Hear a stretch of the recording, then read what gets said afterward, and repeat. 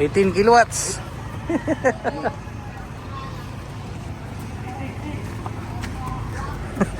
Bigat. Ilang kilo?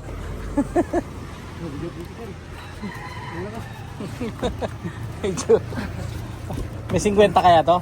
Oo, abot siguro sir. Ayan, sige. Ipataas mo lang. Ayan. Okay, 18 kilowatts natin. Ito na, pinakabago. Tayong kauna-unahan bumili. 18 kilowatts. Ha? Oo. Monday na, Monday.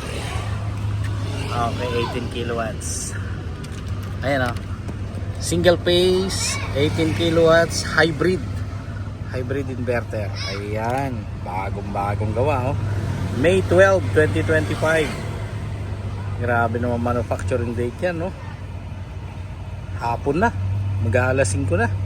Na ginawa. Ayan. Bagong-bago.